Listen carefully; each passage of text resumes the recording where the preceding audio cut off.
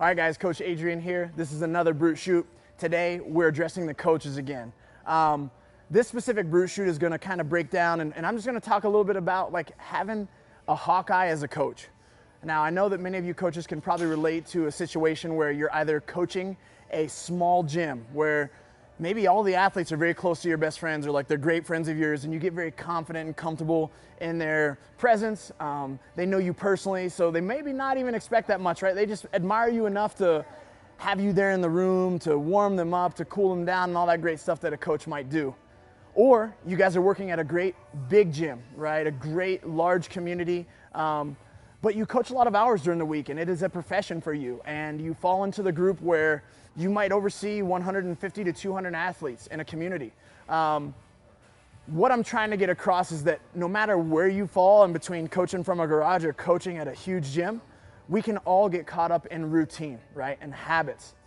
And the big point that I want to make with this Hawkeye coach type scenario is that when you're running a class, when you're managing a group, from the time you warm them up to the time you cool them down, and even included in the middle, when you say 3, 2, 1, go, and athletes are fighting for their lives to get the best score that they possibly can, what are you doing?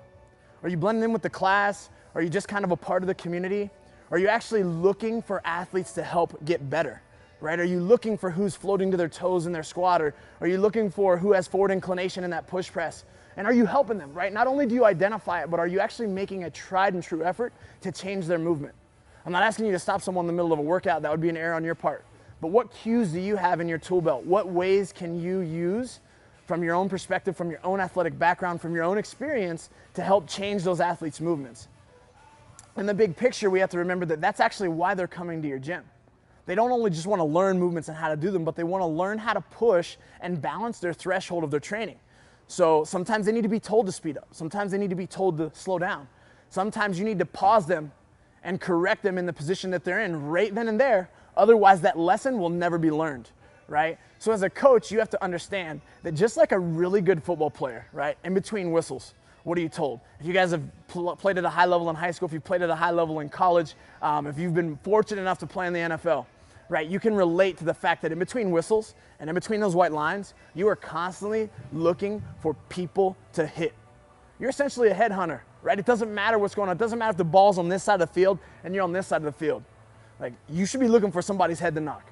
And if you are one of those athletes that have been set apart in sports, you can relate, even if we're talking about soccer, if we're talking about basketball, you know this element of hustle.